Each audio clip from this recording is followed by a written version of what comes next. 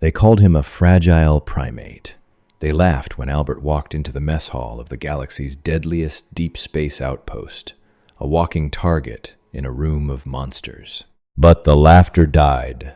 The second a 9-foot, armor-plated apex predator stepped behind him and rumbled 2 words. Little brother. Albert Collins wiped a smear of black grease from his forehead, leaving a dark streak across his pale, exhausted face. The atmospheric scrubbers on Outpost Charlie 9er, a brutal deep space mining hub, affectionately known by its inhabitants as the Anvil, were constantly failing. And because Albert was human, he was the one expected to crawl into the narrow, suffocating ventilation shafts to fix them. Humans were new to the galactic stage. To the wider cosmos, humanity was considered an evolutionary joke. They had no natural armor, no venomous stingers, no redundant organ systems, and bones that snapped under the standard gravitational pressure of most trading hubs. In a galaxy populated by hulking reptilian warlords and towering insectoid hive minders, Albert was, by all biological metrics, prey. He dropped his wrench into his standard-issue canvas tool bag, the metallic clatter echoing down the rusted corridor. His muscles ached. The anvil operated at 1.5 times Earth's gravity. Every step Albert took felt like he was walking through knee-deep water with lead weights strapped to his chest. But he needed the credits. Back on Earth, his daughter Chloe needed specialized medical treatments, and deep space hazard pay was the only way to afford the bills, signed off by Dr. Thomas Albright back in Boston. "Look at it, Scurry," a heavy, synthesized voice boomed from the end of the corridor. Albert didn't need to look up to know who it was. The translation matrix implanted behind his ear converted the harsh, clicking consonants of the alien language into standard English, assigning the speaker the registered Western identifier. Victor. Victor was a bruiser. That wasn't his species' actual name, but it was the closest human equivalent. He stood 7 feet tall, covered in thick, dark green scales that could deflect low-caliber blaster fire. Accompanying him were his 2 usual sycophants, registered as Hugo and Gregory. "I'm just doing my job, Victor," Albert said quietly, keeping his eyes on his tool bag. He slung the strap over his shoulder, wincing as the rough canvas bit into his collarbone. "Your job is to clean the filth, primate," Victor sneered, stepping into Albert's path. The alien's massive 3-fingered hand slammed against the bulkhead, blocking Albert's way. The sheer physical density of the creature was terrifying. "You humans are made of glass. I heard a rumor that your ships have special cushions, just so you don't break your spines when you jump to light speed. Is it true?" Hugo and Gregory let out a chorus of guttural, barking laughs that rattled the loose plating on the walls. "Excuse me," Albert said, his voice steady despite the adrenaline spiking in his veins. He had learned early on that showing fear only incited them further. He had to be a stone. He had to think of Chloe. Victor leaned in close. The smell of raw ammonia and oxidized copper wafted from the alien's breath. "I don't think you're excused. You see, Collins, I dropped my ration card down the disposal chute in Sector 4. My hand is too big to reach it. But your tiny, fragile little primate arms, they'd fit perfectly. The disposal chute is lined with molecular acid to break down organic waste," Albert stated flatly, staring directly into Victor's secondary set of eyes. "It would melt my arm off to the shoulder." "Then you better reach fast," Victor grinned, revealing rows of serrated, shark-like teeth. He reached out and shoved Albert in the chest. It was a casual push for the bruiser, but with the amplified gravity, it hit Albert like a battering ram. He flew backward, crashing into the heavy steel doors of the atmospheric generator. Pain exploded in his ribs. He gasped for air, his vision blurring at the edges as he slid to the cold deck grating. His tool bag spilled open, scattering wrenches, diagnostic pads, and hydrospanners across the floor. "Oops," Victor mocked, stepping forward and intentionally crushing Albert's expensive diagnostic pad under his massive clawed foot. The glass shattered with a sickening crunch. Clumsy primate. Albert tasted blood in his mouth. He bit the inside of his cheek, forcing himself to stay silent. He slowly pushed himself up to his knees, his ribs screaming in protest. Don't give them a reason, he told himself. Richard Henderson, the base commander, won't intervene. The laws here favor the strong. Survive. Just survive. He began gathering his tools, his hands shaking slightly. He could feel the eyes of dozens of other species watching from the main concourse. Nobody stepped in. Nobody cared. On the anvil, empathy was considered a fatal flaw, a weakness bred into lesser species. Humans were mocked not just for their physical frailty, but for their bizarre psychological need to care for others. Next time I tell you to fetch something, Collins, Victor hissed, leaning over him, you fetch it, or I'll use your hollow little bones to pick my teeth. Victor and his crew marched off toward the cantina, their laughter echoing off the metallic walls. Albert remained on the floor for a long moment, clutching his ribs. He closed his eyes, taking a slow, ragged breath. He was so tired. The relentless gravity, the constant bullying, the overwhelming isolation of being the only human within 10 parsecs. It was grinding him down to dust. But as he secured the strap of his bag and forced himself to his feet, a harsh, blaring siren suddenly ripped through the station. Warning, warning, Apex-class vessel docking at Bay 4. All non-essential personnel clear the docking ring. The automated voice was devoid of emotion, but the reaction it caused among the station's inhabitants was sheer panic. Albert watched as hardened mercenaries, bounty hunters, and pirates beings who would gladly knife each other over a spilled drink scrambled to clear the main concourse.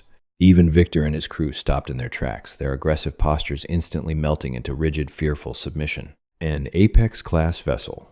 Albert had only read about them in the Galactic Codex back at the Academy. They belonged to the Ursids. They were the undisputed apex predators of the known galaxy. A single Ursid could tear a bruiser in half with bare claws. They were solitary, fiercely territorial, and operated strictly by a code of absolute dominance. To look an Ursid in the eyes without permission was considered a challenge, and a challenge always ended in death. Albert wiped the blood from his chin and limped toward the shadows of the maintenance alcove. He had no intention of being in the way when a walking nightmare stepped off that ship. The massive airlock doors of Bay 4 hissed, venting a thick plume of pressurized nitrogen into the concourse. The station fell completely silent. The ambient hum of the life support systems seemed to deafen in the sudden absence of conversation. Every alien in the vicinity pressed themselves against the walls, heads bowed, eyes carefully averted. Heavy, rhythmic footsteps echoed from the docking bridge. Thud, thud, thud. Through the lingering vapor stepped an absolute titan. The translation matrix registered the creature's chosen moniker as Leonard. To Albert's human eyes, Leonard looked like a terrifying amalgamation of a silverback gorilla and a grizzly bear, wrapped in pitch-black, bioorganic, heavy armor. He stood over 9 feet tall. Pale scars crisscrossed his exposed, leathery face, stark lines telling stories of 100 brutal planetary campaigns. His eyes were a piercing, molten gold, scanning the room with the casual indifference of a god walking among insects. Victor, who just moments ago had been the terror of Sector 4, was now trembling violently. He had plastered himself against the bulkhead directly in Leonard's path, trying to make his hulking 7-foot frame look as insignificant as possible. Albert watched from the shadows of the maintenance alcove, clutching his bruised ribs. He observed the pure, unadulterated fear radiating from the very aliens who tormented him daily. It was a stark reminder of the galactic food chain. Leonard continued down the concourse, his heavy footfalls shaking the deck plates. As he neared Victor, the terrified bruiser made a sudden, fatal miscalculation. Seeking to appease the passing predator and divert attention away from his own trembling form, Victor reached out, grabbed Albert by the collar of his grease-stained jumpsuit, and violently hauled him out of the alcove. With a powerful heave, Victor threw Albert directly into the center of the concourse. Albert hit the heavy steel grating hard, crying out as his already fractured ribs took the brunt of the impact. He slid to a halt directly in the path of the towering Ursid. The entire station collectively stopped breathing. "Forgive the interruption, mighty one," Victor stammered, his voice cracking with terror. "This pathetic human primate was in your way. I merely cleared the path of the vermin for you." Albert gasped for air, his vision swimming. He looked up at the giant, blocking out the harsh artificial lights of the station. Leonard stopped. He looked down at the fragile, bruised human lying at his feet. Slowly, the predator raised his massive, clawed hand. Victor smirked maliciously from the sidelines. Albert squeezed his eyes shut, bracing for the end. He thought of his daughter, Chloe, praying the station administrators would at least send his hazard pay back to Earth. Instead of a crushing blow, the heavy thud of Leonard dropping to one knee shook the floor. Albert opened his eyes. The terrifying, scar-covered face of the apex predator was mere inches from his own. The golden eyes weren't filled with bloodlust. They were wide, tracing the contours of Albert's face, looking at the smear of grease and the blood on his chin. Carefully, as if handling spun glass, Leonard extended a massive finger and gently touched Albert's shoulder. The translation matrix crackled with a deep, resonant rumble. "Little brother," Leonard whispered. The words echoed through the cavernous concourse. Victor's smug expression evaporated into sheer, uncomprehending horror. Albert stared into those golden eyes, and suddenly, he wasn't on a space station anymore. He was thrown back to 3 years ago, the Kepler 186F mining colony. A subterranean tectonic shift had collapsed the main processing facility. Albert, a junior engineer, had been trapped in a narrow ventilation shaft. In the crushing darkness below him, pinned under a massive titanium support beam, was an Ursid mercenary. The giant creature was bleeding out, roaring in agony.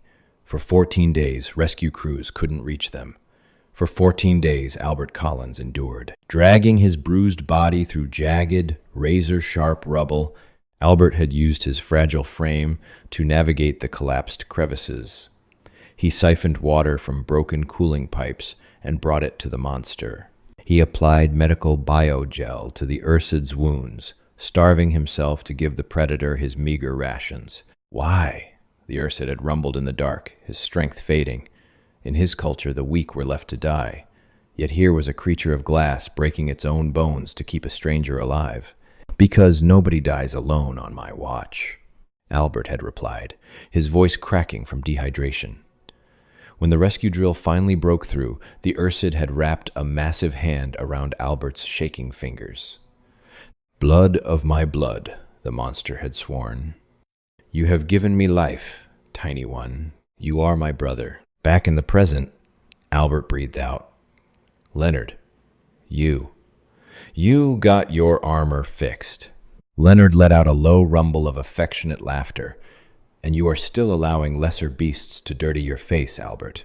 Leonard stood up, his towering frame eclipsing the overhead lights. The warmth vanished from his aura instantly, replaced by cold fury. He slowly turned his massive head toward Victor. "You threw, my brother." Leonard's voice was a seismic event. Victor pressed his back against the bulkhead, his green scales turning a sickly pale yellow. "I didn't know. I swear it. He is a human. They are weak." Leonard closed the distance in a single, terrifying stride. He reached out and wrapped his thick fingers entirely around Victor's neck, lifting the 7-foot bruiser off the ground as easily as a man might lift a kitten. Victor thrashed, his heavy boots kicking uselessly at the air, his claws unable to dent the biometal. "Weak?" Leonard growled, bringing the alien's bulging eyes level with his own. This human survived 14 cycles in the crushed bowels of Kepler 186F. He bled for me. He starved for me. He possesses a strength of spirit that your pathetic species could not comprehend in 1,000 generations. Leonard tightened his grip. A sickening crack echoed through the silent concourse. He dropped the gasping, half-conscious bruiser to the deck plates like discarded garbage. Leonard glared at the hundreds of silent, terrified onlookers. "Hear me, inhabitants of this iron rock," Leonard roared, his voice projecting with deafening authority. "This human, Albert Collins, bears the mark of the Kodiak. He is Ursid by blood. Anyone who touches him, anyone who insults him." Leonard bared his fangs in a terrifying display of lethal power. "Will answer to me." The silence that followed Leonard's declaration was absolute. The inhabitants of Outpost Charlie Niner, bounty hunters, pirates, and hardened scavengers remained frozen, terrified that even drawing a sharp breath might be interpreted as a challenge by the towering Ursid. Leonard ignored them all. He knelt back down, his massive armored plates shifting with a heavy mechanical grind, and extended a giant hand to Albert. The human hesitated for only a fraction of a second before gripping the alien's thick fingers. With a gentle pull that belied his terrifying strength, Leonard hoisted Albert to his feet. "Come, little brother," Leonard rumbled, his golden eyes scanning Albert's bruised face. "Your skeletal structure is compromised. I can hear the microfractures grating when you breathe. We must find a healer." As they walked through the concourse, the crowd parted like the Red Sea. Beings that had spent the last 8 months shoving Albert into bulkheads and spitting at his boots now pressed themselves desperately against the walls, bowing their heads in abject submission. Albert limped beside the 9-foot apex predator, his mind spinning. The pain in his ribs was agonizing, but it was eclipsed by the sheer surreal nature of his reality. They reached the station's medical bay. The resident physician, an insectoid surgeon registered as Dr. Miller, nearly dropped his data pad when Leonard ducked his massive head to clear the doorframe. "Fix him!" Leonard commanded, his voice vibrating through the sterile room. "Use your highest grade osteostimulants. If his pain does not cease within the hour, neither will yours." Dr. Miller clicked his mandibles in frantic agreement and rushed to prepare a biobed. As the soothing numbness of the medical gel began to knit Albert's fractured ribs back together, he reached into his pocket with his good arm and pulled out his secondary communicator. It was a cheap, cracked device he used solely for receiving updates from Earth. The screen blinked with a priority message icon. Albert's heart leaped. It was an update from Boston. He opened the message expecting to see a video of his daughter, Chloe, waving from her hospital bed. Instead, the austere, professional face of Dr. William Harrison appeared on the tiny screen. "Mr. Collins." The doctor's recorded voice sounded tight, uncomfortable. "I am profoundly sorry to send this via standard text, Tom, but we have a critical issue. The Terran Orion conglomerate has retroactively frozen your hazard pay account. They cite a clerical error regarding your classification as a deep space engineer, claiming it was unauthorized by your station commander, Richard Henderson. Your account has been drained to cover the alleged discrepancy. Consequently, the hospital board has suspended Chloe's neural regenerative treatments. We can keep her comfortable for another 48 hours, but after that, Albert, I am so sorry. If you can fix this from your end, you need to do it now." The screen went black. Albert felt the air rush out of his lungs, a suffocation far worse than anything he had experienced in the ventilation shafts. The crushing weight of Kepler, 186F, was nothing compared to this. He had endured the beatings, the humiliation, and the agonizing gravity of the anvil solely to keep that money flowing. Now it was gone. Henderson, the corrupt human station commander who skimmed off the top of everyone's wages, had finally found a way to steal Albert's lifeblood. A choked sob ripped from Albert's throat. He buried his face in his hands, his shoulders shaking uncontrollably. The dam had finally broken. Leonard immediately stepped to the side of the biobed. Ursids did not possess tear ducts. To their biology, the expulsion of water from the eyes was an alien, alarming malfunction. But Leonard possessed a deep, instinctual understanding of grief. "Albert," Leonard said softly, his massive hand resting on the human's trembling shoulder. "Your vital signs are spiraling. Who has wounded you?" "It's not a physical wound, Leonard," Albert choked out, wiping his face, though the tears continued to fall. He handed the communicator to the giant. "It's my daughter, Chloe, the station commander. He stole the credits I was sending back to Earth. He falsified my employment records to pocket my hazard pay. Her doctor just told me they are stopping her treatments. She's going to die, Leonard. I'm 10 parsecs away, and I can't save her." Leonard stared at the cracked screen. The translation matrix fed the human text directly into his optic nerves. The Ursid remained perfectly still for a long moment, but the temperature in the room seemed to plummet. A low, terrifying vibration began in his chest, a sound like grinding tectonic plates. Dr. Miller, sensing the shift in the Predator's aura, scrambled under his desk, curling into a tight, terrified ball. "This, Commander Henderson," Leonard said, his voice deadly quiet. "He has taken the resources required to keep your offspring alive." Albert nodded, staring at the floor.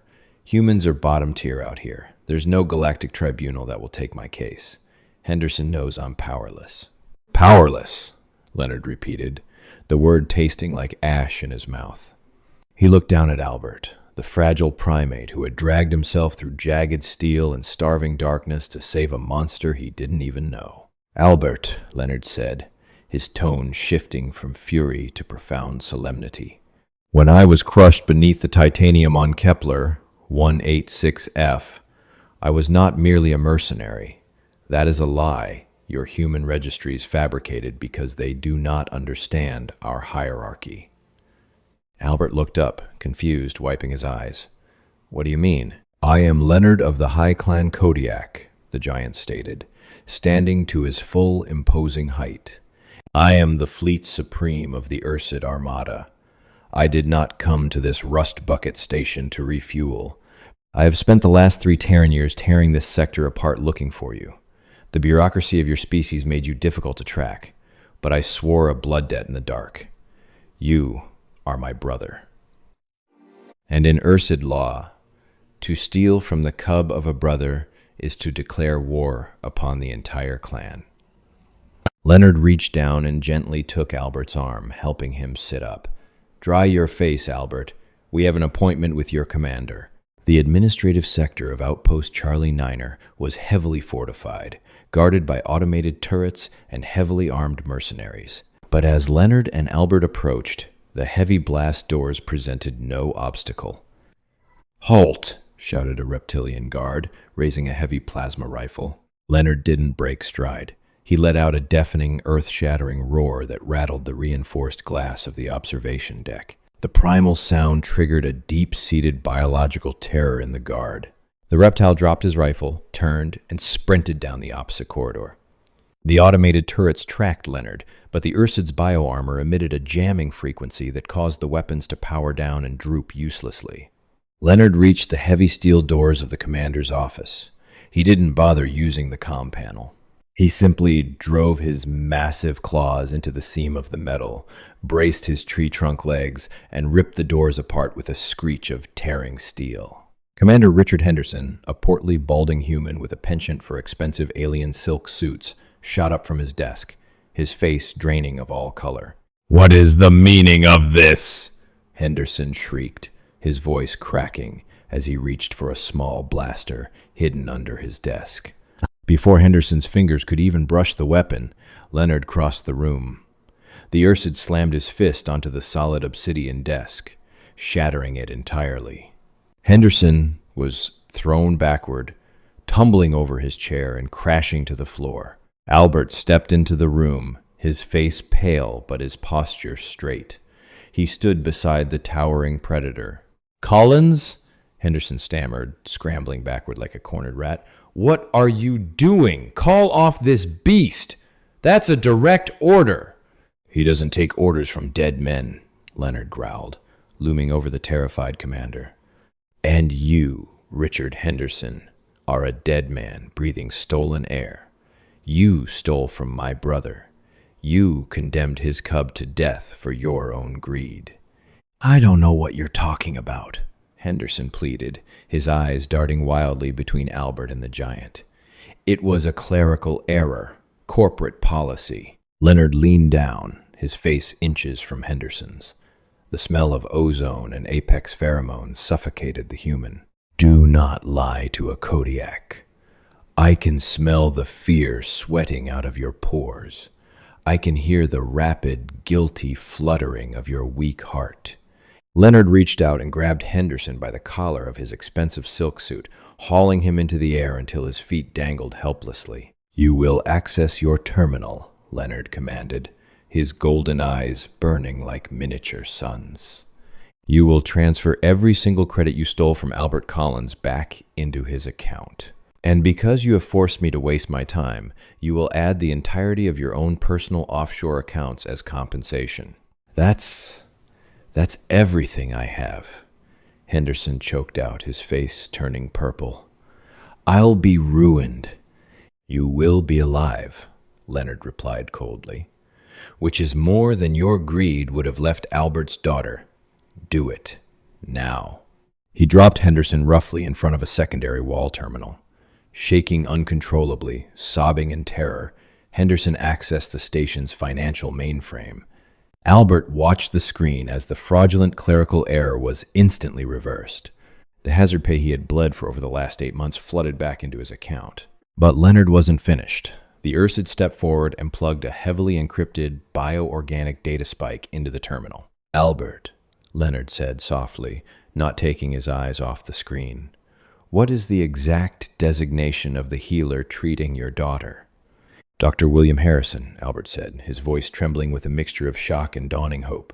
Boston Children's Hospital, Earth. Leonard's massive fingers danced across the holographic keyboard with surprising grace.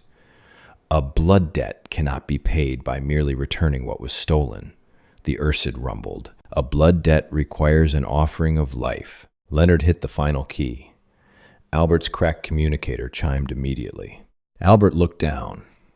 The screen displayed a direct wire transfer from the central bank of the Ursid High Council to the medical fund overseen by Dr. Harrison.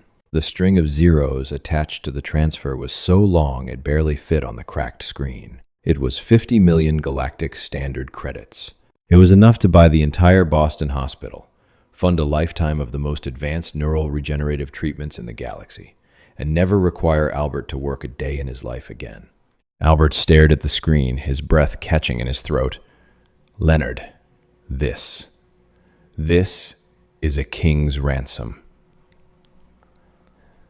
You gave me a king's life in the dark, little brother, Leonard replied, pulling the data spike from the terminal. He turned his terrifying gaze back to the weeping Commander Henderson. If I ever hear of you mistreating another human, I will return. I will not use the doors next time. Leonard turned and placed a hand on Albert's back, guiding him out of the ruined office. As they walked back through the concourse toward the docking bays, the atmosphere had completely changed. The aliens of Outpost Charlie Niner didn't just look at Leonard with fear anymore. They looked at Albert with profound awe. The fragile primate, the creature of glass and water who they had mocked and beaten, was walking side by side with the fleet supreme of the Ursid Armada. We are departing, Albert, Leonard said as the heavy airlock doors of Bay 4 hissed open, revealing the massive, sleek interior of the Apex dreadnought. My medical bay is vastly superior to the primitive tools on this station. We will heal your bones properly while in slip space. Albert stopped at the threshold of the ship. He looked back at the rusted, oppressive walls of the anvil, the place that had nearly broken him. Then he looked up at the giant, terrifying monster who had saved his family. Where are we going? Albert asked, a real smile finally breaking across his face. Leonard smiled back, exposing rows of deadly, serrated teeth in an expression of pure joy. We are going to a planet called Earth, little brother. I believe it is time I met my niece. Did that epic twist give you chills? Never underestimate the power of human endurance and empathy. If you love seeing this tiny human earn the ultimate respect from the galaxy's deadliest predator, smash that like button. Share this story with your friends, and hit subscribe for more awesome sci-fi HFY content. Turn on notifications so you don't miss our next epic galactic adventure.